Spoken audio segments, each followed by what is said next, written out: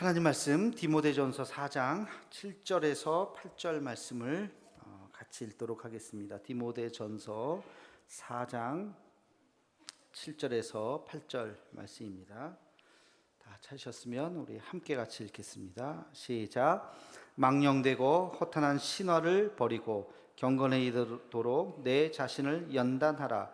육체의 연단은 약간의 유익이 있으나 경건은 범사에 유익하니 금생과 내생에 약속이 있느니라. 아멘. 말씀의 의미만 잠깐 말씀드리고 좀 밑에 내려가서 하도록 하겠습니다. 여기서 아주 중요한 말씀은 내 자신을 연단하라. 경건의 연단, 훈련을 받으라 라고 하는 것이요. 경건의 훈련을 받지 않으면 낮 시간에도 얘기했지만 우리 세상의 그 소리에 점점 나도 모르게 귀 기울이고 세상의 소리에 따라가게 되어 있습니다. 그래서 그게 맞는 것 같고 많은 사람들이 주장하는 것이 맞다고 여겨지고, 왜? 분별력이 없으니까 무엇이 기준이고 하나님께서 원하시는 것이 무엇인지를 모르기 때문에 많은 사람들이 얘기하면 그게 맞나 하면서 거기에 따라가게 되어 있는 거죠. 그래서 하나님의 말씀이 우리 안에 있어야 되는 겁니다. 하나님의 말씀이 우리 안에 있을 때 기준이 분명하고, 세상 사람들은 뭐라고 이야기해도 우리가 세상 사람들 소리에 끌려가지 않고 하나님의 말씀의 기준이 되어서 우리가 살아갈 수 있는 것이죠. 그래서 하나님의 말씀을 날마다 묵상해야 된다. 자, 그래서 오늘은 이 시간에 하나님 말씀의 묵상이 무엇인지, 또 묵상하는 법이 무엇인지 이런 것들을 좀 짧은 시간이지만 좀 특강을 통해서 하려고 그래요. 제가 내려가서 할 텐데, 혹시 이거 못 받으신 분, 프린트물 못 받으신 분 있죠? 손 한번 번쩍 들어오세요. 예, 여기들 계시네요. 우리 찬양팀 못 받으셔서 하고, 2층에도 누가 좀, 그다음 볼펜 없으신 분 손 들으세요. 예, 우리 목사님들 볼펜도 나눠주시기 바랍니다.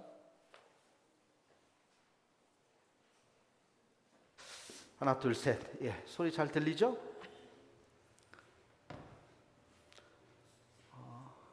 예, 요거 잘 클로즈업 해주시면 되고, 예, 또 손 들으세요. 프린트물 없거나 볼펜이 없으신 분, 예, 이쪽에도 없습니다. 뭐가 없어요?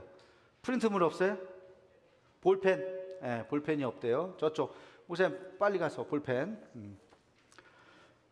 나갈 때 저기 옆에 있는 사람하고 빈칸 다 썼나 이렇게 보세요. 안 쓰고 졸다가 안 쓰면은 못 나갑니다. 오늘 집에 못 갑니다. 잘 쓰시기 바랍니다. 자, 다 받으셨어요? 예, 이제 시작을 하도록 하겠습니다. 이거를 예전에 한번 했습니다. 사실은 예전에 한번 했는데, 그렇게 한번 하고 그냥 쓱 넘어갈 수 있는 게 아니라 이거는 계속 해야 될 것 같다, 그런 생각이 좀 들어요. 계속 반복적으로 해야 우리가 여러분 신앙이 이렇게 딱 몸에 탁 달라붙어야 돼요. 그래야 이렇게 신앙생활에 우리가 한 단계 더 성장할 수가 있는 겁니다. 자, 먼저 신앙이란 그랬어요. 신앙이란 무엇인가? 두 가지를 했어요.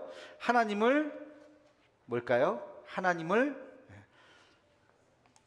더 깊이 알아가는 것이다. 여러분의 신앙은 하나님을 더 깊이 알아가는 거예요. 그래서 하나님이 어떤 분이신가를 우리가 더 많이 알아야죠. 알아야 사랑하고, 알수록 더 사랑하고, 그럴 수 있는 거죠. 여기 신앙생활 10년 이상 하신 분 손 들어보세요. 10년 이상. 손 번쩍 들으세요. 10년 이상. 거의 대부분일걸요. 다시 손 내리시고 10년 미만 손 들어보세요. 10년 미만. 몇 분 안 계시죠? 손 내려보세요. 그러니까 제가 뭐 10년은 그냥 뭐 얘기한 건데, 10년 동안 더 주님을 더 많이 알았느냐, 내가 하나님의 말씀을 더 알아, 하나님이 어떤 분이신가를 내가 10년 동안 신앙생활을 했으면 다른 사람한테 그래도 1시간 정도는 얘기할 수 있어야 되지 않겠어요? 하나님이 누구야? 하나님이 살아계셔? 하나님이 어떤 분인데? 예수님이 누구야? 라고 질문했을 때, 여러분이 예수님에 대해서, 여러분의 신앙에 대해서, 하나님에 대해서 적어도 1시간은 얘기할 수 있어야죠. 그죠? 그거를 뭐 꼭 간증이 아니더라도 여러분이 믿는, 여러분이 생각하는 하나님에 대해서 말을 할 수 있어요. 하나님은 어떤 분이셔? 성경에 보니까 이렇게 말씀하셨어 하고 하나님에 대해서 더 깊이 알아가는 것, 그게 신앙이죠. 그래서 그 신앙은 점점 더 깊이 알아가야 돼요. 제가 성경을 얼마나 많이 읽었겠습니까? 사실 신대원 준비하고 그러면서 제가 장신대 신대원 오수했다고 늘 말씀을 드리잖아요. 이거 유튜브 잘려야 되는데 얼마나 절박하게 제가 했겠습니까? 진짜 그랬는데 요즘에도 다시 성경을 읽으면요, 이런 구절이 있었구나. 이런 구절이 있었구나. 근데 신기한 거는 제가 밑줄까지 다 쳤어요. 동그라미도 막 쳤어요. 근데 내가 잊어버려서 그랬는지 다시 읽으니까 너무 새로워요. 이런 구절이 또 있었구나. 저도 아마 잊었겠죠. 다시 읽으니까 또 새롭고 또 새롭고. 하나님의 말씀을 읽으면서 그 안에서 하나님이 어떤 분이신가를 우리가 계속해서 묵상하면서 알아가는 거, 이게 우리의 신앙이 깊어지는 것이다. 자, 그리고 또 한 가지, 우리의 신앙이란 무엇이냐, 알아가는 것에만 그쳐서는 안 되고, 그 다음에 그 알물 뭐 하는 거? 그렇죠, 실천하는 거. 그 알물 실천하는 것, 그게 신앙이에요. 그래서 신앙은 하나님을 아는 것, 하나님을 아는 것, 그리고 그 아는 것을 실천하는 것, 그게 신앙이다. 아시겠죠? 그게 우리가 같이 가야 되는 거예요. 더 깊이 알고, 더 하나님에 대해서 더 많이 알고, 더 깊이 알고, 알았으면 그것에 대해서 실천하는 것. 자, 두 번째, 신앙 형성에 네 가지 요소가 있어요. 신앙이라고 하는 것은 우리가 흔히 이제 신앙이라고 얘기하는데, 그걸 좀 분석해 보면 네 가지 정도로 생각을 할 수가 있다. 첫 번째,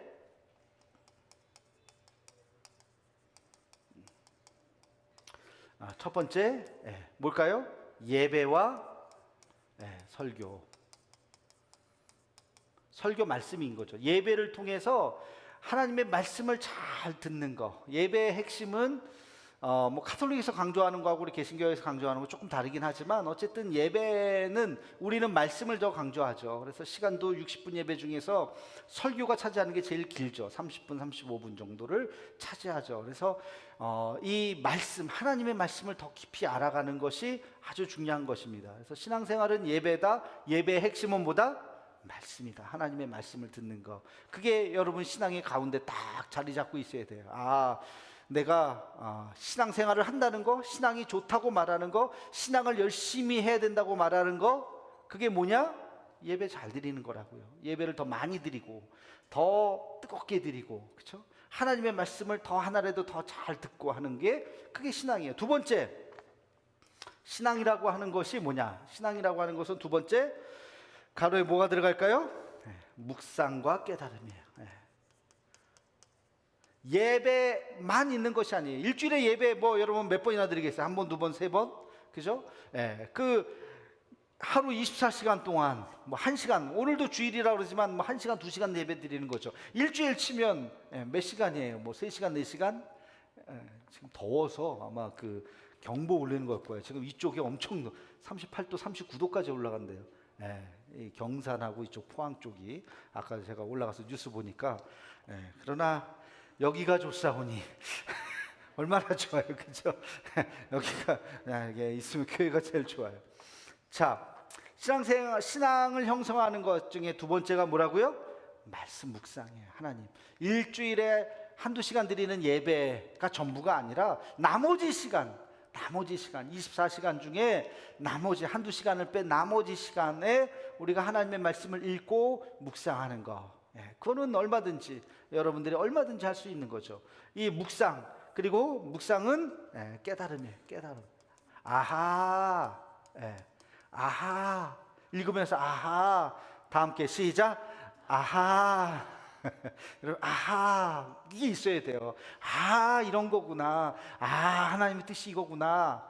이거는 깨달아지는 거. 누가 가르쳐 주는 게 아니라, 물론 가르쳐 주니까 하는 것도 있을 수 있어요. 근데 진짜 하나님의 말씀이 내 말씀이 되려면 내가 깨달아야 돼. 내가 읽고 하고 깨달아야 돼요. 그게 묵상과 깨달음. 그럴수록 여러분 신앙이 좋아지는 거예요. 나도 모르게. 세 번째는 뭘까요? 우리 신앙이라고 하는 것은 뭐와 성령 체험일까요? 기도. 따라해볼까요? 기도와 성령 체험. 예, 제가 좀 다 쓰고 있는 거예요. 예, 이따가 한번 볼 거예요, 여러분. 다 지금 따라서 잘 쓰고 있나. 우리 신앙이라고 하는 거, 우리가 흔히 말해서 신앙이 좋아, 신앙이 안 좋아, 신앙이 아주 굳건해, 단단해, 신앙이 그냥 별로 이렇게 없어, 이렇게 얘기한다는 것은 뭘 얘기하냐면 기도예요. 기도. 그 사람이 기도 생활을 열심히 하고 정말 뜨겁게 기도하고 통성 기도도 잘하고 심지어는 뭐 방언 기도도 하고 그러면 일단은 겉으로 볼 때 신앙이 좋다고 말할 수 있겠죠. 기도를 잘 못하는 사람보다 기도 통성으로 주여 한 번에 치고 기도합시다 그랬는데 이렇게 눈치 보면서 이거 어떻게 하는 거야. 그런 사람보다야 당연히 열심히 뜨겁게 기도한 사람, 믿음이 좋겠죠. 그래서 이것도 이따가 얘기했지만 다 훈련이에요. 훈련. 기도도 훈련이에요. 기도 훈련이라는 게 뭐 다른 거 없습니다. 많이 해보는 거예요. 많이 와서 같이 해보고 함께 같이 주여도 외쳐보고 그러면서 어느 날 이것도 성령 체험이 있는 거예요. 내게 오시는 그 하나님을 경험하는 그 체험이 필요한 거죠. 그래서 성령 체험이 있어야 되고 기도와 체험. 네 번째 뭘까요? 봉사와 뭐예요? 사명. 봉사와 사명. 왜 제가 사명을 봉사랑 연결시켰냐면 봉사를 하다 보면, 봉사라는 건 넓은 범위, 하나님의 일이에요. 하나님의 일. 설거지하는 것도 봉사예요. 교회 청소하는 것도 봉사예요. 뭐 하여튼 우리가 그런 것, 교회에서 하는 모든 것들을 다 봉사라고 할 수 있어요. 이 봉사를 하다 보면 하나님께서 나에게 어떤 마음을 주세요. 그게 사명으로 연결될 수가 있는 거예요. 그래서 이 봉사와 사명이 또한 신앙이다. 그래서 이 네 가지, 우리의 신앙을 형성하는 것은 네 가지. 첫째 뭐라고요? 예배. 두 번째 뭐예요? 말씀 묵상. 세 번째 기도. 네 번째 봉사. 이 네 가지를 우리가 신앙이라고 이야기해요. 신앙을 형성하는 것이라고 이야기해서 이 네 가지가 전부 다 골고루 있어야 우리가 건강한 신앙생활, 또 신앙이 점점 더 단단해지고 더 커지고, 그 뭐라고 표현해요? 신앙이 더 세진다 그래야 될까요? 더 커진다 그럴까요? 더 굳건해진다 그럴까요? 그런 표현, 예배를 더 잘 드리는 거, 말씀 묵상을 늘 하는 거, 그리고 여러분이 이제 이따 얘기했지만 말씀 묵상은 성경 66권을 한 바퀴 돌려버려야 돼요. 창세기부터 요한계시록까지 말씀으로 묵상으로 한번 그냥 통독 말고 묵상으로 한 번을 탁 하면 달라져요. 성경의 렌즈를 드디어 딱 끼고 세상을 볼 수 있는 거예요. 그냥 뭐 로마서 어디 그냥 뭐 마태복음 어디 그냥 부분이 아니라 전체를 한번 딱 묵상을 하면 이제는 내가 딱 안경을 낄 수 있는 거예요. 그 신앙의 성경의 안경을 끼고 세상을 바라볼 수가 있는 거죠. 그리고 다곱게 하나님 앞에 기도하는 것, 기도하면서 하나님의 뜻을 찾을 수 있는 것, 그리고 내게 주어진 사명은 다 각각입니다. 그러나 내게 주어진 그 사명을 잘 감당, 이 네 가지를 다 합쳐서 우리는 신앙이라고 부른다. 자, 세 번째, 그 중에서 지금 이제 오늘은 말씀 묵상에 대해서만 제가 좀 말씀을 나누려고 하는데요. 자, 말씀 묵상과 훈련, 말씀 묵상과 훈련이에요. 이 얘기는 뭐예요? 말씀 묵상은 저절로 되는 게 아니라 한 번 읽고 되는 게 아니라 어떻게 해야 된다? 어떻게 해야 된다? 훈련 받아야 된다. 훈련 받아야 된다. 훈련이 뭐예요? 훈련하면 군인들 생각나죠? 군인들 막 훈련하는 거 하기 싫은데도 또 가서 또 구보하고 또 하고, 피곤한데도 또 집합하면 또 나와야 되고, 훈련 좋아하는 군인들이 어디 있겠어요? 그러나 계속 나와서 또 하고 또 하고 또 하고 그러다 보면 이제 딱, 우리 교회도 군인들 많은데 지금은 어디 가셨나? 그러면 딱 군인 체질이 딱 되는 거잖아요, 그렇죠? 얼굴도 시커매지고 그러면서 눈이 그냥 팍팍하면서 살아있죠. 신앙 훈련도 많이, 말씀도 그래야 된다는 거. 그냥 한번 읽고 그냥 그냥 지나가는 이런 내용 알지. 그게 아니라 말씀을 묵상하는 거. 묵상, 하나님의 말씀을 묵상, 힘들어도 하고 또 하고 또 하고 매일 훈련하듯이. 훈련은 좋을 때만 하는 게 아니잖아요. 싫을 때도 하는 거잖아요. 그렇게 매일 그 훈련을 하면 어느 순간 내 몸에 착 달라붙죠. 말씀 묵상이. 그래서 성경을 어디를 쓱 읽어도 그 안에서 하나님의 뜻을 찾을 수가 있다. 그래서 1번 말씀 훈련은 누구나 해야 한다. 아시겠어요? 예, 다 함께 누구나 해야 한다. 예. 두 번째는 묵상 훈련은 누구나 할 수 있다. 따라해 볼까요? 누구나 할 수 있다. 예, 누구나 할 수 있어요. 아유, 내가 무슨 얼마든지. 아유, 저는 뭐 잘 모르긴 뭘 몰라요. 훈련이 안 돼 있으니까 하는 거지. 훈련하면 다 할 수 있어요. 누구나 할 수 있어요. 나이랑 관계 없어요. 우리 어르신들도 다 하실 수 있어요. 또 해야 돼요. 누구나 해야 되고 누구나 할 수 있는 거예요. 세 번째, 무엇을 위해서는 반드시 묵상 훈련을 해야 한다. 뭘 위해서? 신앙 성숙을 위해서. 신앙 성숙을 위해서는 누구나 말씀 훈련을 해야 돼요. 여러분, 지금 여러분의 수준보다 더 신앙이 좋기를 원하세요? 원하지 않으세요? 원하죠. 원하지 않는 사람 있어요? 난 이 정도면 됐어요.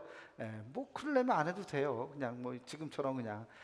그러나 그거는 하나님 앞에 부끄러운 모습이죠. 지금보다 더 신앙생활이 더 좋은 신앙이 돼야 되겠죠. 저도 그래요. 저도 더 좋은 목사가 되고 싶고 더 좋은 목사 이전에 하나님 앞에서 더 좋은 신앙인이 되고 싶어요. 저도. 그러려면 당연히 저도 말씀 묵상을 해야 돼요. 말씀 묵상을 저도 늘 해야 되는 거. 누구나 다 해야 됩니다. 죽을 때까지 해요. 죽을 때까지. 왜? 더 신앙이 지금보다 더 성숙해져야 하니까. 자, 네 번째, 묵상 훈련으로 무엇을 얻을 수 있을까요? 묵상 훈련으로 영적 깨달음을 얻을 수 있습니다. 아까 뭐라 그랬어요? 아하 하는 거. 다 함께 시작. 아하. 이게 영적 깨달음이야. 아, 그렇구나. 말씀 훈련을 말씀 묵상을 해야 돼. 말씀 묵상을 해야 영적 깨달음을 얻을 수가 있어요. 자, 다섯 번째는 뭘까요? 다섯 번째는 묵상 훈련은 우리의 삶을 다르게 보게 한다. 여러분의 삶을 다르게 볼 수 있어요. 묵상 훈련을 하면 이런 면이 있었구나. 이런 거구나. 이게 안 좋은 건 줄 알았는데 너무너무 힘들고 나를 힘들게 하는 안 좋은 건 줄 알았는데 말씀 묵상을 하니까 아니야. 너무 잘 됐네. 오히려 너무너무 좋네. 감사하네. 불평이 아니라 감사가 보이는 거. 이거는 말씀 묵상을 통해서 다르게 볼 수 있기 때문에 그렇습니다. 그래서 우리의 삶이 다시 다르게 보인다. 여섯 번째, 묵상은 모든 그리스도인들의 뭘까요? 필수이다. 필수. 반드시 해야 되는 거예요. 아까 똑같은 얘기긴 한데 필수적으로 모든 우리 그리스도인들이 반드시 해야 되는 건다. 아멘 있습니까? 아멘. 말씀 묵상을 여러분들 꼭 그렇게 하시기 바랍니다.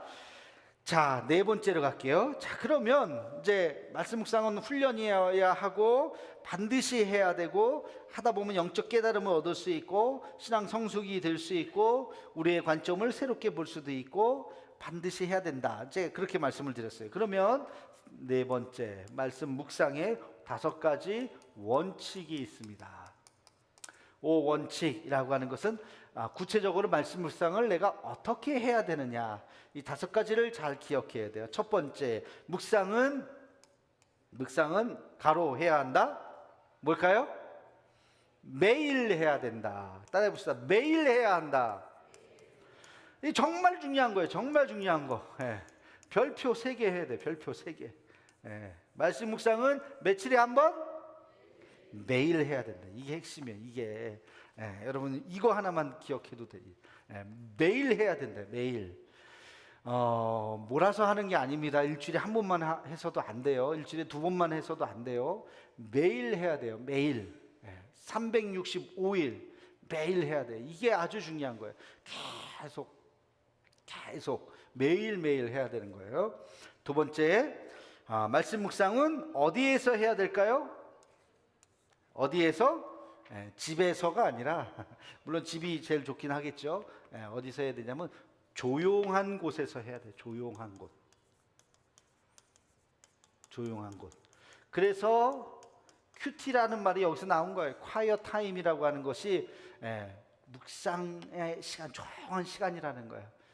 조용해, be quiet 이렇게 얘기하죠. 조용해, 조용한 곳에서 아무 음성이 들리면 안 돼요.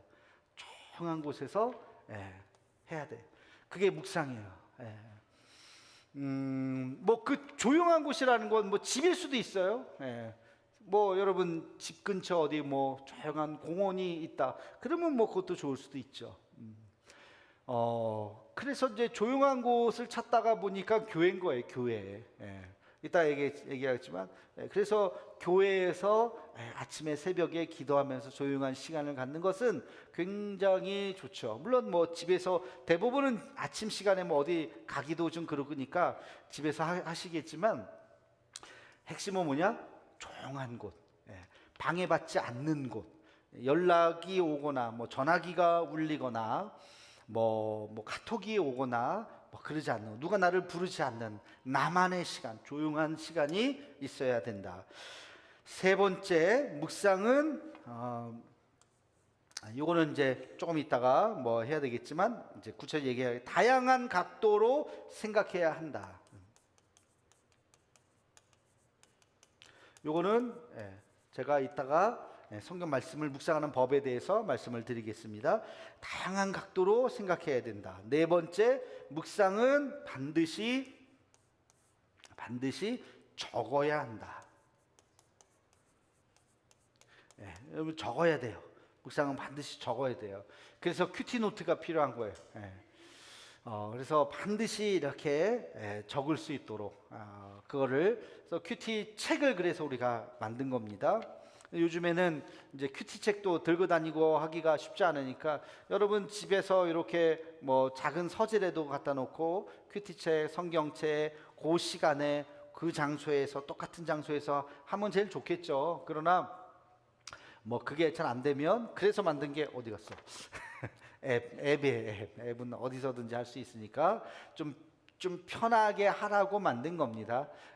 그러나 손으로 쓰면서 자기 큐티 노트를 매일 꾸준히 할 수 있으면 그건 더 좋겠죠. 두 가지를 다 병행해도 좋겠고. 자, 그래서 적어야 된다. 마지막 다섯 번째, 묵상은 반드시 적어야 되고 반드시 나누어야 한다. 나누어야 한다는 게 뭐예요? 묵상 나눔이에요. 나눔. 내가 묵상한 거를 다른 사람한테 같이 나눌 수 있어야 돼요. 아주 중요한 거예요. 이것도 별표 3개 쳐야 돼요. 묵상은 혼자 하는 게 아니라 반드시 나눠야 돼요. 그래서 묵상 그룹이 있어야 됩니다. 묵상 그룹이. 예전에 우리 묵상 그룹 이렇게 또 만들어 주기도 하고 그랬는데, 묵상한 걸 매일매일 함께 같이 나눈 거, 자기가 묵상한 거, 자기가 깨달은 것들을 나누면 그거는 배가 되죠. 나누면서도 은혜가 되고, 다른 사람이 또 은혜 받은 말씀을 또 들으면서도 또 은혜가 되고. 그래서 이 5가지 원칙. 첫째는 뭐라고요? 다 같이 뭐라고요? 매일 한다. 두 번째는 조용한 곳에서 한다. 세 번째는 다양한 각도로 말씀을 봐야 된다. 네 번째는 반드시 적어야 된다. 다섯 번째는 나누어야 한다. 이 5가지 원칙을 여러분들이 꼭 기억하시기 바랍니다. 자, 묵상의 유익을 보겠습니다. 묵상을 하면 어떤 일들이 벌어지는가? 묵상의 유익. 첫 번째는 묵상은 환난을 뭘로 바꿔요? 환난을 감사로 바꿀 수 있다는 거예요. 이거는 내 인생에서 너무나도 힘든 일인데, 우리가 살다 보면 그런 원하지 않는 일들이 있죠. 뭐 여러 가지, 뭐 아이들이 시험에 떨어진다든지, 뭐 실패한다든지, 사업이 잘 안 된다든지, 몸에 병이 든다든지, 뭐 그런 일들, 억울한 일을 당한다든지, 그런 환난. 그럴 때 우리가 한숨만 쉬고 그냥 있는 것이 아니라 말씀으로 돌아가서 하나님께서 왜 나에게 이런 일을 허락하셨는지 말씀을 붙잡으라 그랬어요. 말씀을 붙잡다 보면 하나님께서 말씀을 통해서 나에게 응답하시죠. 그래서 아까 뭐라 했어요? 아하, 아하 하게 되면 어떻게 돼요? 환란이 감사로 바뀌는 거예요. 우와, 감사하네, 감사하네. 이런 깨달음. 두 번째, 묵상은 시험을 무엇으로? 기회로, 기회로 바꿀 수 있다. 어떤 시험을 내 기회로, 뭔가 다시 도약하는 기회로. 이렇게 살다 보면 평범하게 살다가 이렇게 점프하는 순간이 있어요. 이렇게 요 점프하는 요 순간, 요 점프하는 요 순간, 사실은 요게 점프가 아니라 망할 수도 있어요. 근데 요 순간을 잘 이겨내면 그러면 내 인생이 확 점프할 수가 있어요. 그러니까 요런 순간들이 있습니다. 요게 위기이면서 또 동시에 기회이기도 해요. 그럴 때 우리가 신앙이 집중되어야 돼요. 말씀을 더 깊이 기도하고 더 하나님 앞에 무릎 꿇고 하는 그런 순간이 우리에게 있어야 돼요. 그러면 오히려 이것이 전화위복이 될 수 있다. 그것이 이제 세 번째 유익인 것이고, 그 다음에 두 번째고요. 세 번째는 묵상으로 뭐가 깊어질까요? 기도가 깊어지는 거예요. 기도. 말씀 묵상을 계속 하다 보면 여러분의 기도가 맨날 평범했던 그 기도가 평범하지 않고 새로워집니다.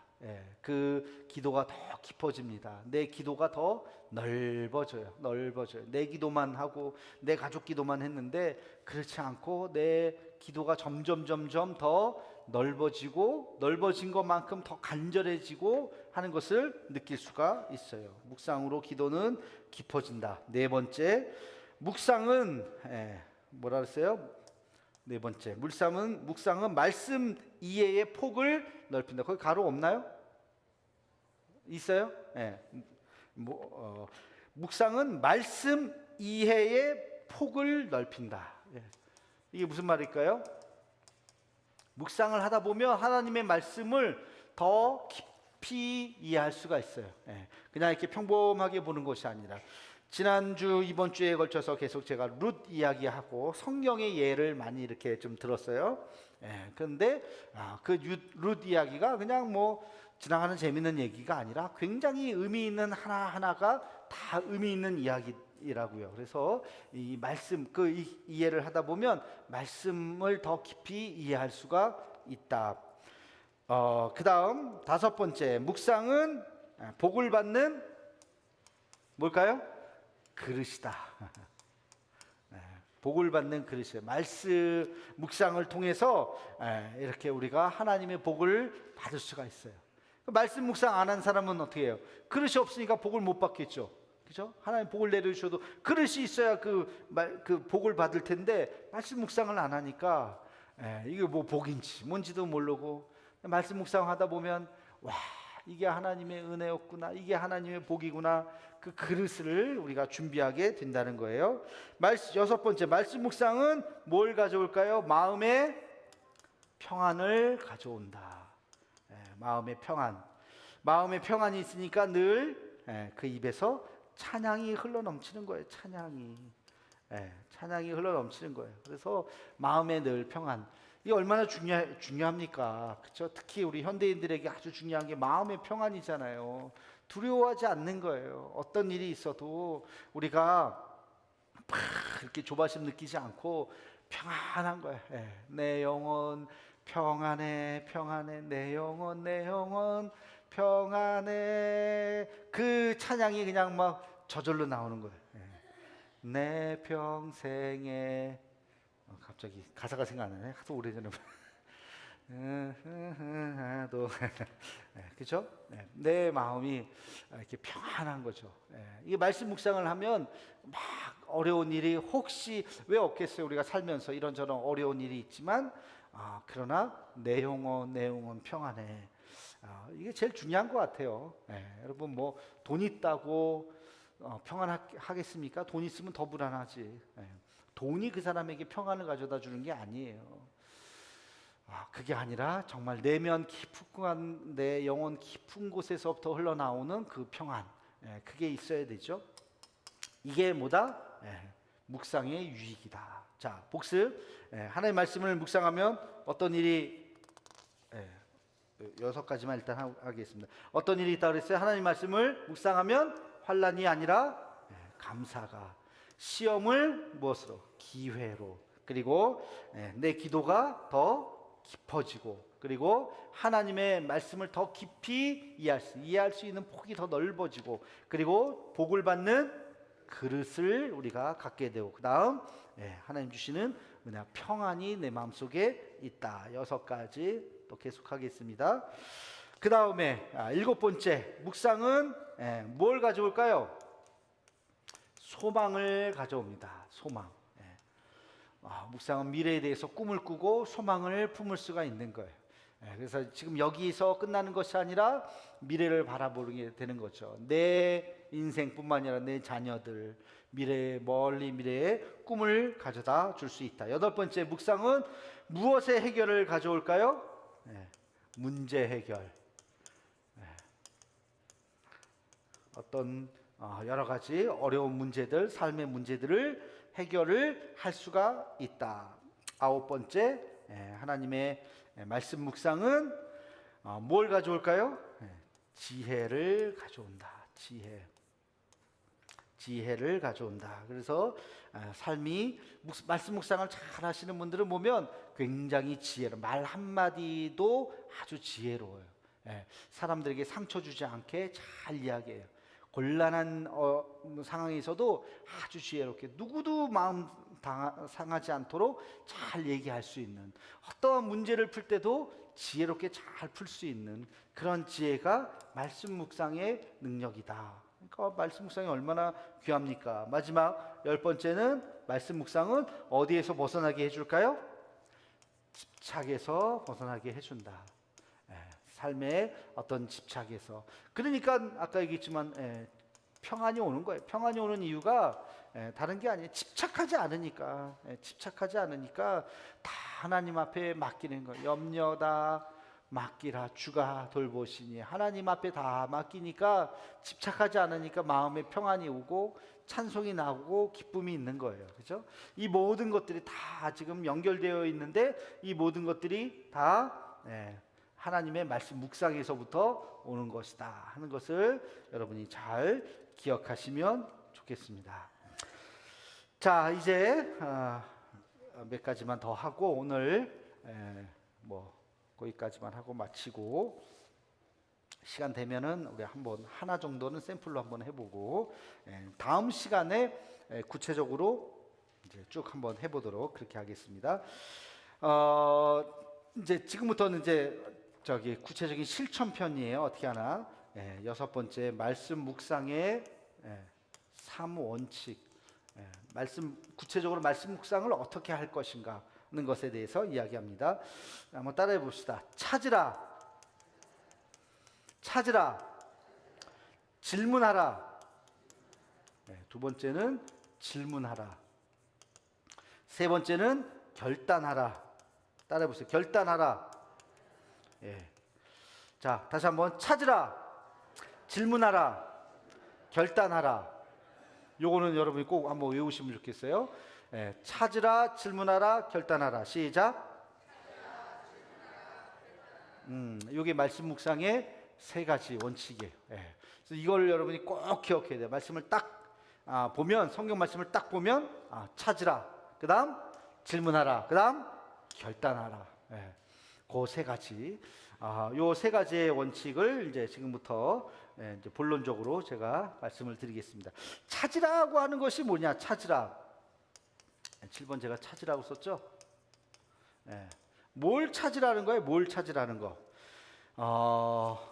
말씀을 통해서 하나님이 이 말씀을 통해서 나에게 들려주고자 하시는 말씀이 무엇인지를 찾아야 돼요. 모든 말씀은, 모든 하나님의 말씀은 감동으로 된 것이고, 그죠? 예. 그래서 하나님이 모든 말씀을 통해서 나에게 들려주고자 하시는 말씀이 있다 없다? 있다. 다 있어요. 그걸 찾으라는 거. 그걸 어떻게 찾느냐? 어떻게 찾느냐? 자, 첫 번째, 한 문장으로 주제를 말하라. 한 문장으로 주제를 말할 수 있어야 됩니다. 저기 자막에 아까 그 에스겔서의 말씀을 한번 좀 띄워주실래요? 오케이. 한번 다 같이 읽어보겠습니다. 시작. 또 새 영을 너희 속에 두고 새 마음을 너희에게 주되 너희 육신에서 굳은 마음을 제거하고 부드러운 마음을 줄 것이며. 자, 이런 말씀이 오늘 나에게 주시는 말씀, 계속 띄워주세요. 말씀은 계속 띄워주세요. 이런 말씀이 오늘 나에게 주신 말씀이라고 생각을 해봅시다. 자, 이거를 한 문장으로 주제를 딱 요약을 할 수 있어야 돼요. 한 문장으로 요약하면 뭘까요? 어렵죠? 한번 써보세요. 거기다 여러분들이 한번 짧게 딱 요약해서 한번 써보세요. 지금 저 말씀은 새 영을 너희 속에 두고 새 마음을 너희에게 주되 너희 육신에서 굳은 마음을 제거하고 부드러운 마음을 줄 것이며. 여기서 한 문장을 할 때 주어를 하나님은 이라고 하시면 제일 좋아요. 반드시 그런 건 아니지만 하나님은 무엇을 원하신다. 이렇게 여러분 문장을 딱 정리할 수 있으면 제일 좋겠죠. 자, 저 말씀을 보면서 하나님은 어떻게 하는 걸 원하실까요? 하나님은 우리가 어떤 마음으로 살기를 원하시는 거예요? 부드러운 마음으로 살기를 원하시는 거예요. 여기 한 가지 더 있다면 굳은 마음을 제한다는 게 뭐예요? 딱딱 굳은 마음이라는 게 뭐예요? 딱딱한 마음이죠. 굳은 살 베긴 거. 굳은 살, 발바닥에 굳은 살 베기면 걸을 때 아파요, 안 아파요? 그거 경험 없으세요? 그걸 뭐 아프잖아요. 굳은 살 베기면. 그거를 잘라내라는 거야. 굳은 살, 아주 뭐 썩은 살 정도는 아니지만 딱딱한 살은 도려내고 부드러운 살이 있어야 덜 아프죠. 하나님은 우리가 부드러운 살, 근데 살이라고 하는 것, 여기서 이제 이게 이제 나중에 묵상거리인데 또 마음이라고 하는 거, 이게 뭔지를 생각을 해야 돼요. 그래서 하여튼 우리가 딱딱한 살이 아니라 부드러운 살로 살기를 원하신다. 이게 한 문장이에요, 그죠? 그렇게 여러분 이제 성경의 한 문장을 보면 그걸 몇 번 읽고 딱 요점을 딱 찾아낼 수 있어야 돼요. 요점을 딱 찾아낼 수 있어야 돼요. 거기서 강조하는 게 뭐냐? 먼저 그의 나라와 그의 의를 구하라 라고 했을 때 이 모든 것을 너희에게 더하시리라 라고 했을 때 거기서 어떤 사람은 먼저 그의 나라와 그의 의를 구하라. 그리하면 이 모든 것을 너희에게 더하시리라. 더하시리라. 이게 이제 그 말씀에 나오는 단어예요. 좀 이따 얘기하겠지만 여러분 그 단어를 잘 찾아야 되는데 이 중에서 오늘 나에게 주시는 확 와닿는 것이 다를 수 있어요. 1, 2, 3, 4, 5, 6. 이 중에서 여러분들 각자 한번 생각해 보면 나는 이 중에서 어떤 단어가 내게 확 와닿나? 자, 손들어 봅시다. 1번 먼저 1명, 2명, 3명, 한 3, 4명. 자, 2번 나라. 좀 더 많아요. 한 6, 7명. 3번 의. 이것도 뭐 비슷해요. 구하라. 구하라가 제일 일단 많은 것 같아요. 그 다음에 모든 것도 많네요. 더하시리라. 더하시리라. 비슷비슷해요. 그러니까 각자가 여기에서 딱 와닿는 필이 꽂히는 단어가 다를 수 있어요. 그러면 먼저를 선택한 사람, 먼저. 왜 하나님께서 이 모든 것을 먼저 그의 나라와 그의 의를 구하라고 했을까? 먼저의 뜻이 뭘까? 이렇게 이게 아까 얘기했듯이 찾으라, 그 다음에 질문하라라 그랬죠. 이게 이제 질문하라로 들어가는 거예요. 예. 자, 그럼 거기서 아까 7번 찾으라 그랬어요. 1. 한 문장으로 주제를 말하라 그랬어요. 두 번째, 말씀에 무엇을 이해하라? 의미를 이해하라. 예. 말씀의 의미를 이해해야 돼요. 그래서 구약보다 신약이 조금 쉬워요. 구약은 특히 예언서는 배경이 있어요. 배경을 알아야 이 말씀의 뜻을 이해하게 되는 거예요. 새벽 예배 때 지금은 뭐 열왕기 이제 상하고 있으니까. 근데 예언서를 하다 보면 어떤 어려움이 있냐면 그 배경 설명을 매번 해야 돼. 매번 지금 이런 상황이에요. 설명을 하다 보면 이게 왜 목사님들이 예언서 같은 거, 소예언서나 이런 것들을 설교를 잘 안 하느냐? 그 몰라서 안 하는 게 아니에요. 그 처음 나훔서, 예를 들어서 나훔서를 제가 읽었다고 칩시다. 나훔서는 니느웨를 향한 하나님의 심판의 말씀을 나훔을 통해서 얘기하는 거예요. 자, 니느웨가 뭐야? 아마 절반 이상은 니느웨가 뭐지? 니느웨가 어느 나라 도시고 뭔지도 모를 거예요. 그러면 니느웨를 설명해야 돼요. 왜 하나님께서 니느웨를 했는지 그 배경 설명하다 보면 10분이 가요. 그러다 보니까 예언서는 설교하기가 쉽지 않아요. 배경에 대해서 잘 모르니까. 그래서 묵상이 신약이 조금 더 쉬워요. 그런데 신약만 해서는 안 되잖아요. 이제 어느 정도 여러분들이 성경을 잘 알면 이제 구약을 이제 전체를, 그래서 아까 제가 전체 66권을 다 한번 할 수 있는 정도의 실력이 되면 이제 하나님의 그렇구나, 하나님의 뜻을 우리가 찾을 수 있는 거죠.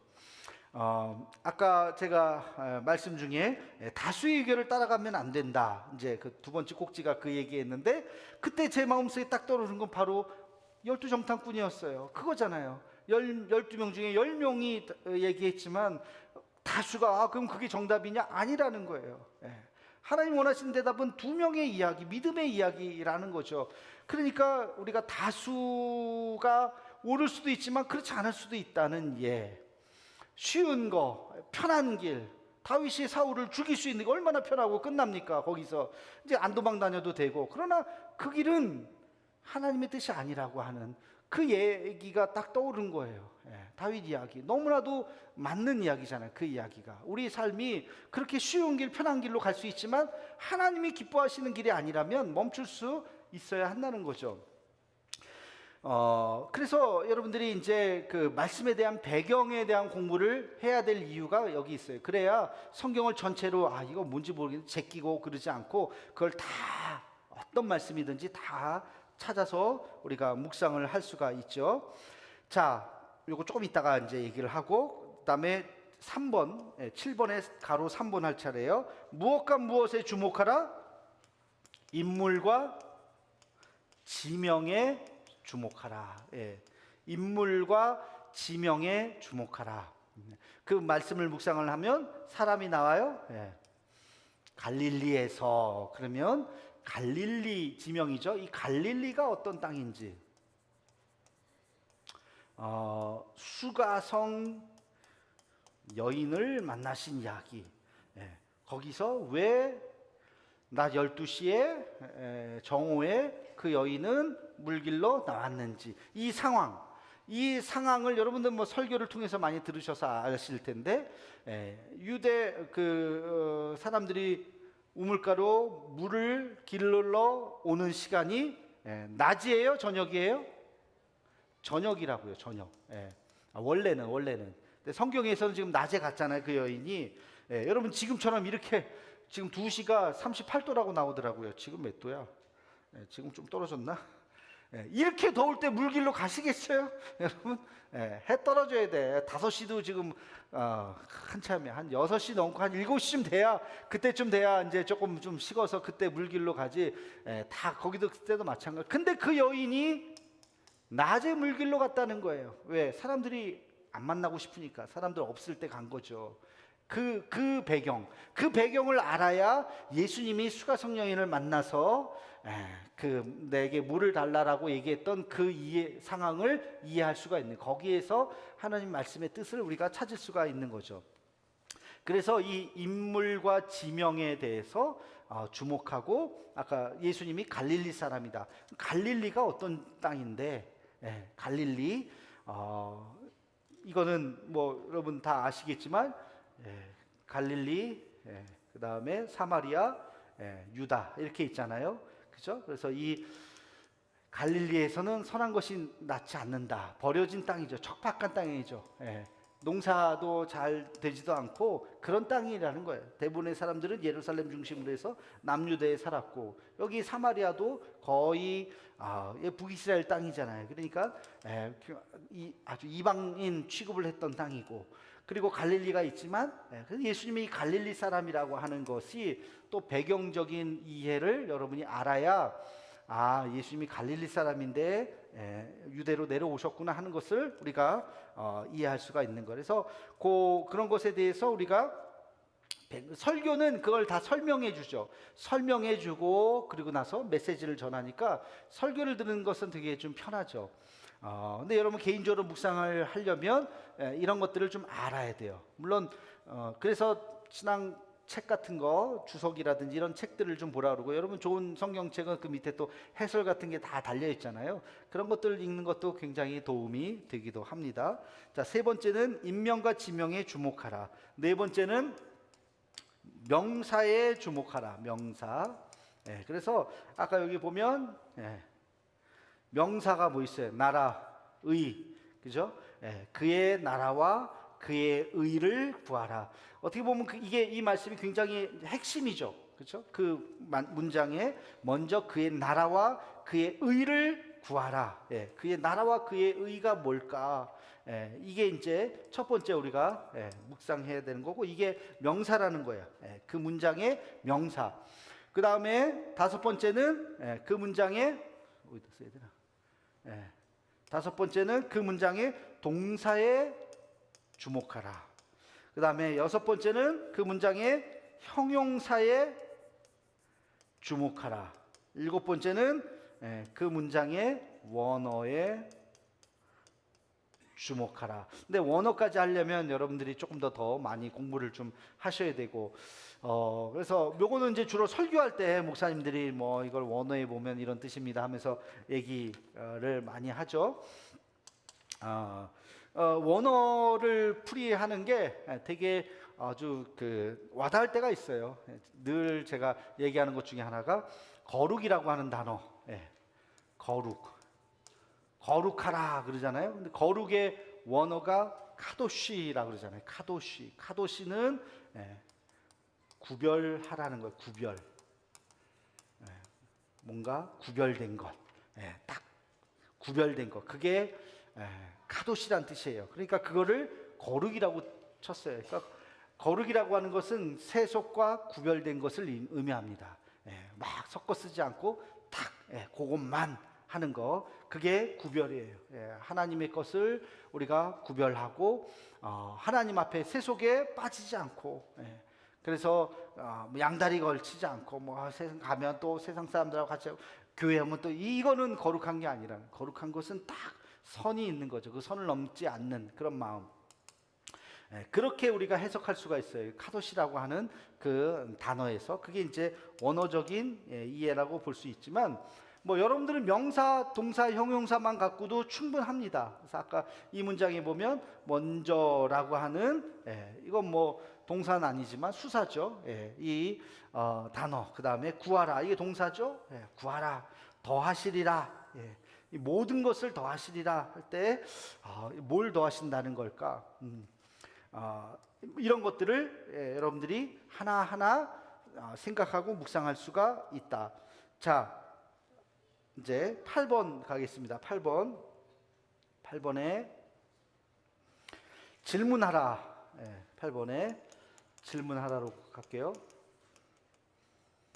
이게 아주 중요해요. 여러분 묵상의 가장 중요한 핵심은 질문하는 겁니다. 좋은 질문을 해야 돼요. 좋은 질문.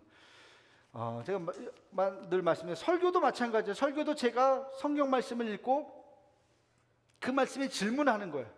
여러분을 대표해서 오늘 우리에게 주시는 말씀, 우리 대도교회 성도들을 제가 대표해서 하나님께서 우리에게 어떤 말씀을 주실까, 우리가 어떤 질문을 해야 하나님께서 우리에게 어떤 말씀을 주실까, 이 질문을 하는 거, 질문. 그 질문을 우리가 좁은 길이 무엇이냐, 오늘의 질문은 그거죠. 좁은 길, 좁은 문으로 가라. 좁은 문, 좁은 길이란 무엇입니까? 하고 질문을 한 거예요. 그죠?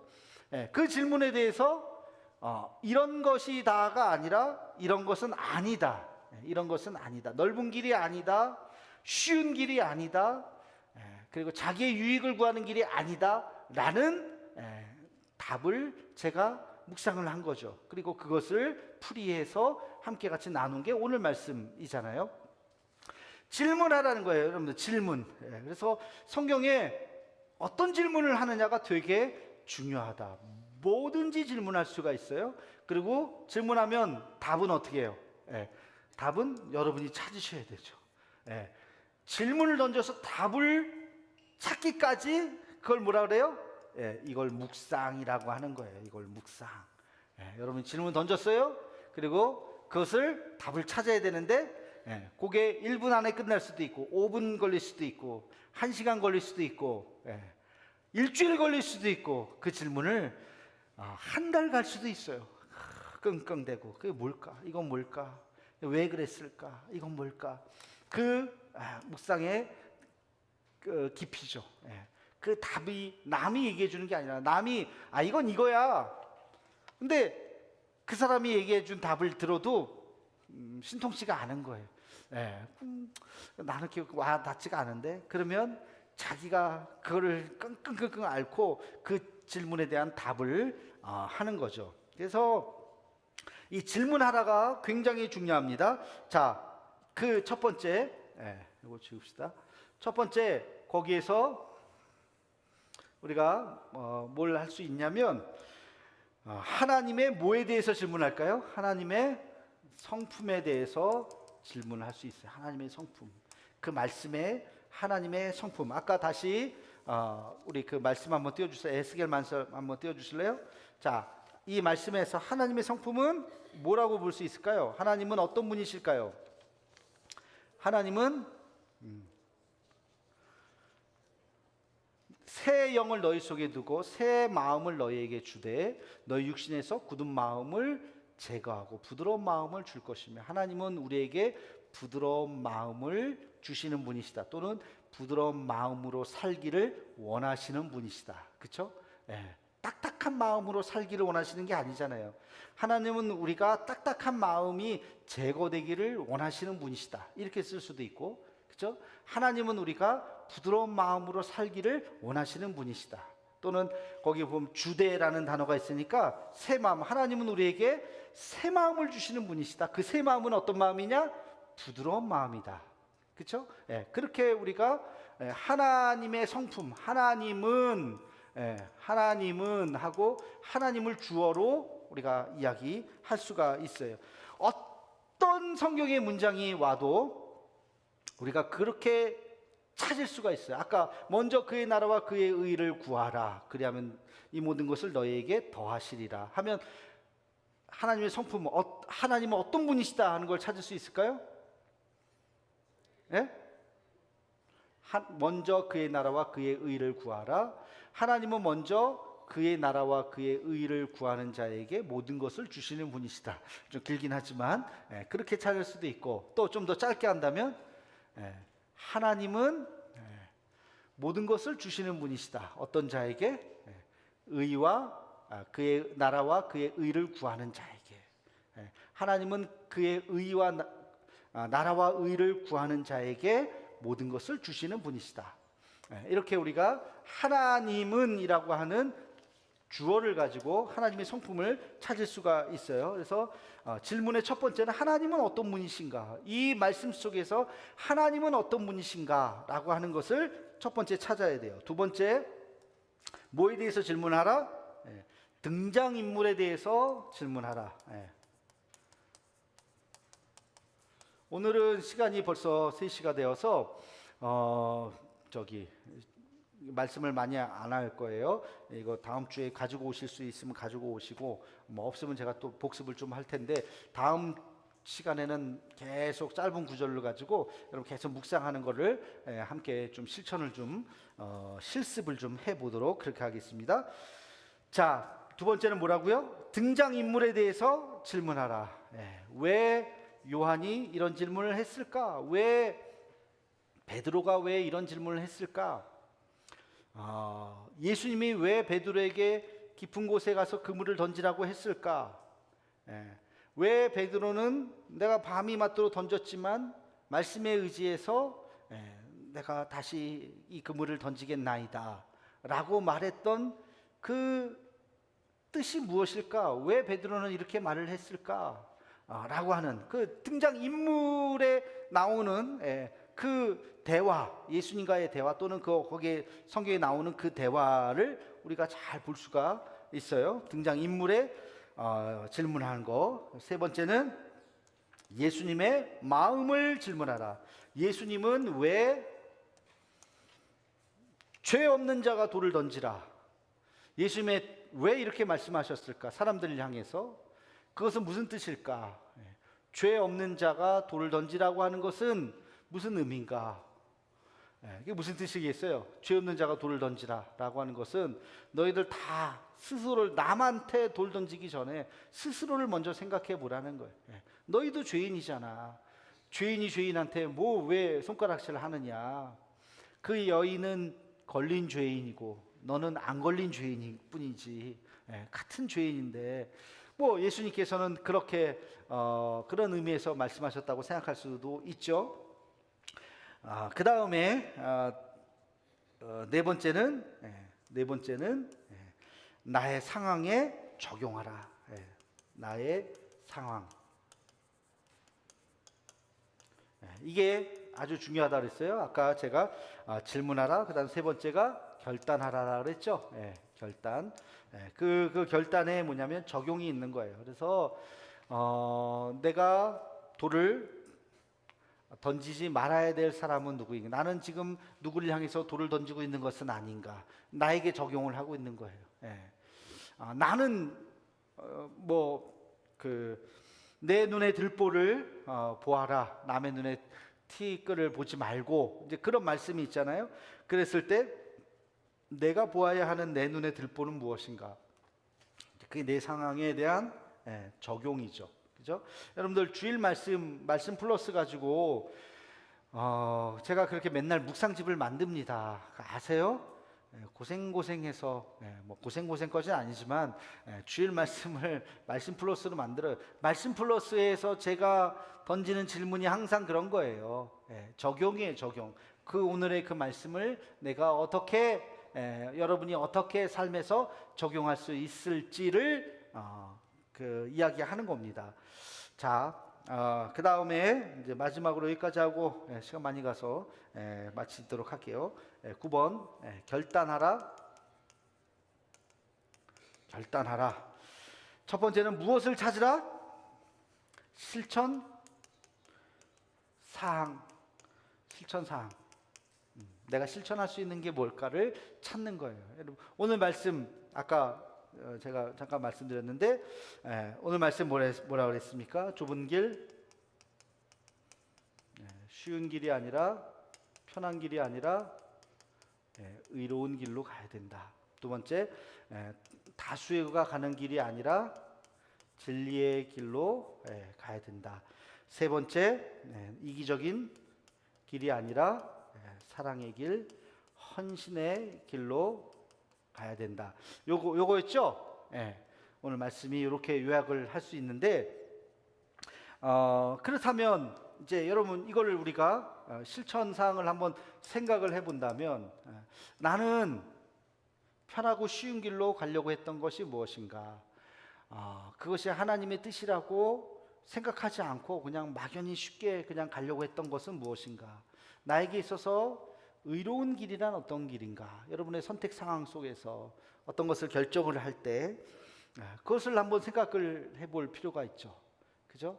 이것은 각자예요. 제가 여러분 상황을 다 구체적으로 모르니까 여러분의 어떤 상황 속에서 내가 그것이 무엇인가를 생각하는 거예요. 두 번째, 내가 할 수 있는 것을 찾으라. 할 수 있는 것. 네. 너무 이제 황당한 거 말고 내가 지금 실천할 수 있는 거, 내가 지금 할 수 있는 것을 찾으라. 그러면 다수의 길이 아니라 진리의 길을 간다 그러면 먼저 진리가 무엇인지를 알아야죠. 하나님의 의가 무엇인지를 알아야죠. 내가 할 수 있는 거는 나는 하나님의 의가 무엇인지를 알기 위해서, 진리가 무엇인지를 알기 위해서 나는 더 열심히 좀 하나님의 뜻을 봐야 되겠다. 선하시고 기뻐하시고 온전하신 뜻이 무엇인지를 분별하라 그랬어요. 그것이 뭔지 내가 아직 잘 모르니까 하나님의 말씀을 더 깊이 좀 읽어야 되겠다. 그게 내가 할 수 있는 결론일 수도 있어요. 그죠? 그 결단을 여러분이 또 하실 수도 있는 겁니다. 세 번째, 하지 말 것을 찾으라. 하지 말 것을 찾으라는 거예요. 내가 이래서는 안 되지. 그 다음에 네 번째는 구체적인 무엇으로? 숫자로 표현하라. 여러분, 만약에 이제 내가 말씀 묵상을 하겠다. 하나님의 말씀이 무엇인지를 알려면 하나님의 말씀을 묵상해야 되겠다. 묵상해야지로 끝나지 말라는 거예요. 숫자로 어떻게 표현해야 돼요? 일주일에 5번은 하겠다. 5. 하루에 30분은 내가 묵상을 하겠다. 그거를 정하라는 거예요. 숫자로 표현하라는 거예요. 그러면 만약에 이걸 안 하면 내가 한 끼 금식하겠다. 벌도 있어야 되잖아요. 자기 스스로. 내가 이걸 지키기 위해서 밥 먹으려면 열심히 해야 돼. 그렇죠? 여러분들, 제가 한 가지 좀 숙제를 좀 내드리고 싶은데, 핸드폰 다 좀 켜보세요. 핸드폰 좀 켜보세요. 앱 좀 눌러보세요. 앱 좀 켜보세요. 이게 켰어요? 포항대도교회 다 해보시라고요. 좀 아직까지 다운 안 받으신 분은 진짜 안 되고. 자, 거기에 기도 제목 맨 밑에 보면 기도 제목 있어요, 없어요? 눌러보세요. 기도 제목 오늘 거의 다 안 쓰셨죠? 자, 1번 1번에 따라서 쓰세요. 따라서 쓰세요. 말씀 묵상을 배우게 하심을 감사. 저는 그렇게 씁니다. 항상 감사합니다까지 안 쓰고 그냥 뭐뭐뭐함을 감사 이렇게 씁니다. 저도 쓸게요. 말씀 묵상을 배우게 하심을 감사. 썼어요? 두 번째 2번 눌렀어요. 2번 주일 말씀을 듣게 하심을 감사. 그 감사. 일단은 여기까지만 합시다. 그럼 밑에 보면 저장하기 있죠? 있어요, 없어요? 하는 거야, 안 하는 거야 지금? 저장하기 있죠? 저장 눌러보세요. 그러면 거기 막 갑자기 뭐가 막 나타나죠? 그죠? 뭐가 이렇게 막 별이 반짝반짝합니다. 자, 숫자가 올라갑니다. 21, 22, 24, 26, 오, 최고야 지금. 28명. 야, 28명밖에 안 돼. 근데 지금 이게 내가 지금 다 하라 그랬는데 29명. 273명 가운데 여러분들도 보이죠 지금? 30명. 뭐야, 지금 다 하라니까 왜 30명 막 여기 지금 100명이 있구만. 32명, 33명. 33명. 자, 아직도 이제 나머지 채우세요. 이따가 집에 가서 10개까지 채울 수 있어요. 10개까지 감사한 거를 찾아서 하라는 거예요. 그 다음에 그 옆에 보면 말씀 우산 있어요? 있죠? 눌러보세요. 말씀 우산. 자, 오늘의 묵상 있어요. 그죠? 말씀이 어디예요? 마태복음 19장 1절에서 12절. 뭐 나를 봐. 핸드폰 보내니까 아직까지 안 했어. 하여튼 다 돼 있죠? 자, 오늘의 묵상 시작하기 화살표 있죠? 눌러보세요. 눌렀어요? 오늘의 하도 안 해갖고 내가 지금 이거 다 하는 거야. 말씀 있어요, 없어요? 예수께서 1절하고 2절만 읽어봅시다. 시작. 예수께서 이 말씀을 마치시고 갈릴리를 떠나 요단강 건너 유대 지경에 이르시니 큰 무리가 따르거늘 예수께서 거기서 그들의 병을 고치시더라 돼 있어요. 그죠? 쭉 12절 맨 밑에까지 내려오면 12절까지 돼 있죠.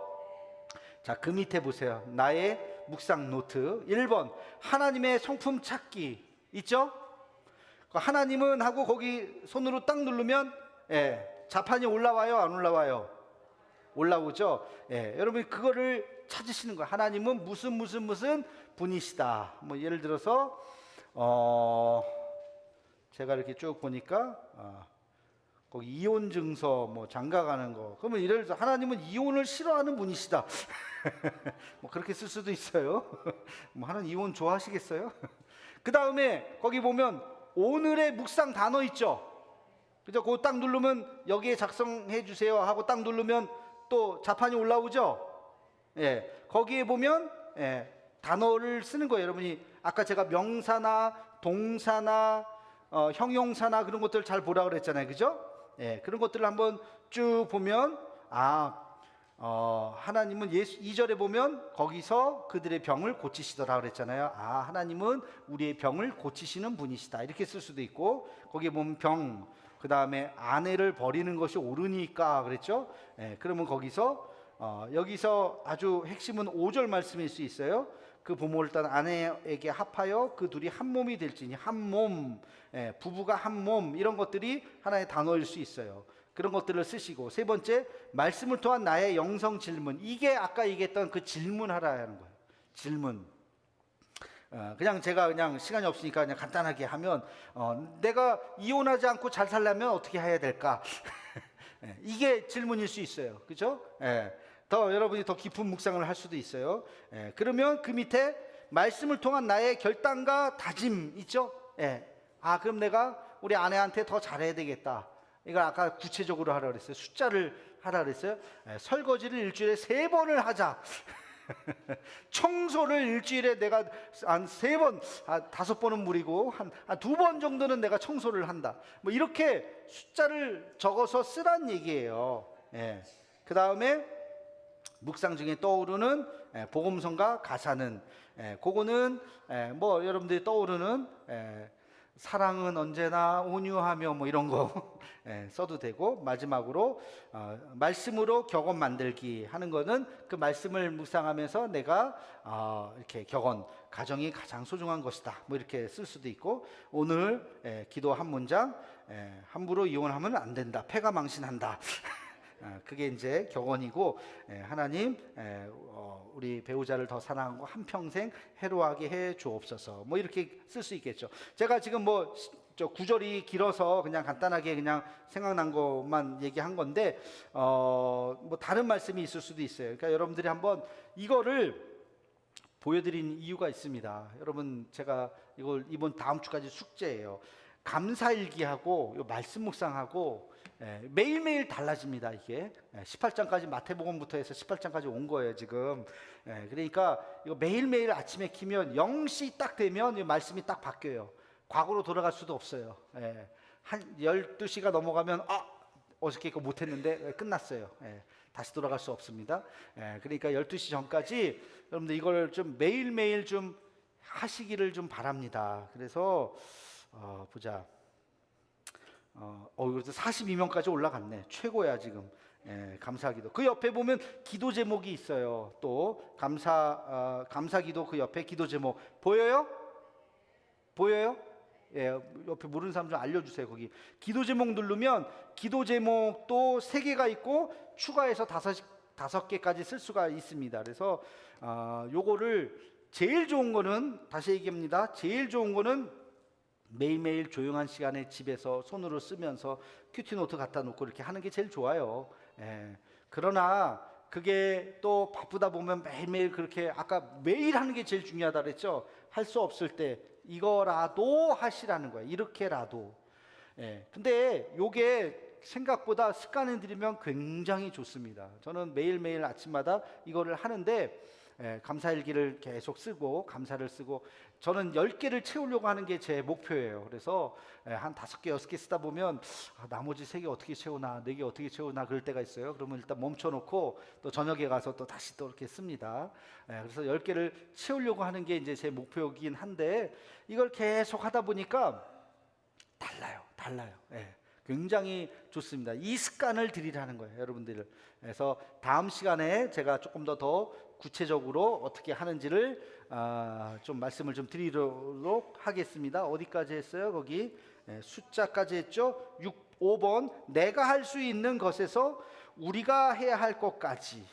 거기에 가로에 그렇게 쓰세요. 내가 할 수 있는 것에서 우리가 해야 할 것까지. 마지막 6번은 창의적으로 찾으라. 창의적으로 찾으라. 이렇게 여러분들 가로놓기를 다 했습니다.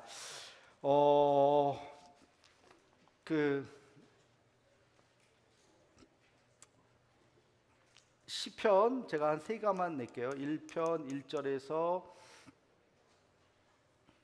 2절, 그 다음에 로마서 12장 1절에서 2절, 그리고 데살로니가 전서 5장 16, 17, 18절 요 3개만 여러분들이 묵상을 한번 해보세요.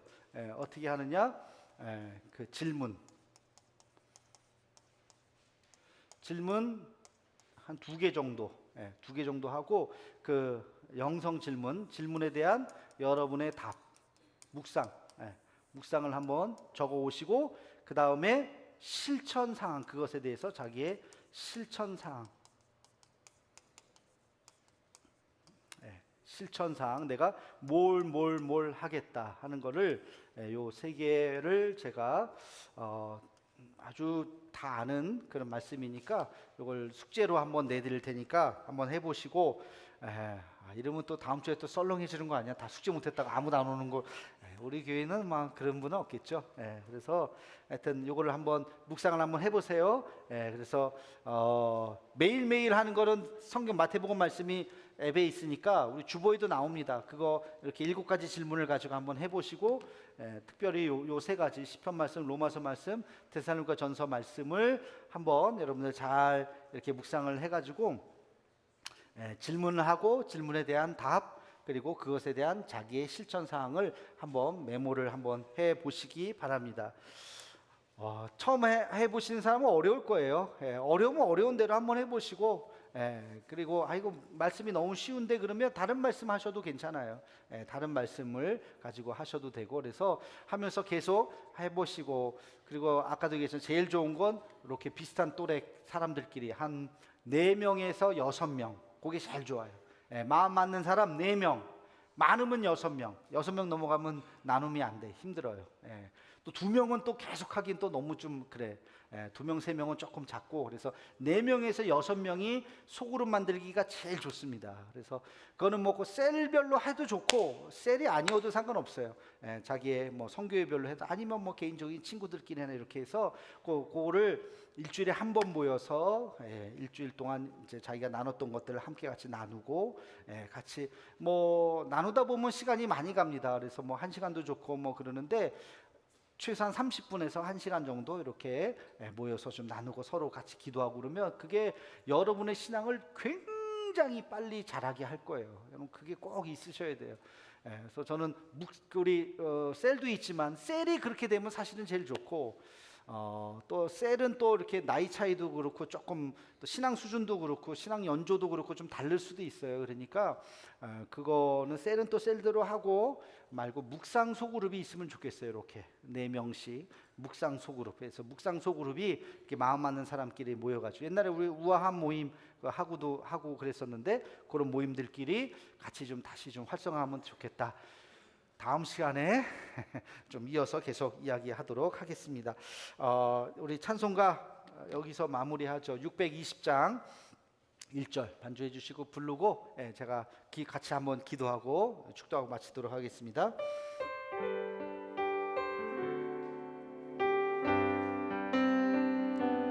여기에 모인 우리 주의 은총 받은 자여라. 주께서 이 자리에 함께 계심을 아노라. 언제나 주님만을 찬양하며 따라가리니 시험을 당할 때도 함께 계심을 믿노라. 아멘. 이 믿음 더욱 굳세라. 주가 지켜주신다. 어두운 밤에도 주의 밝은 빛 인도하여 주신다.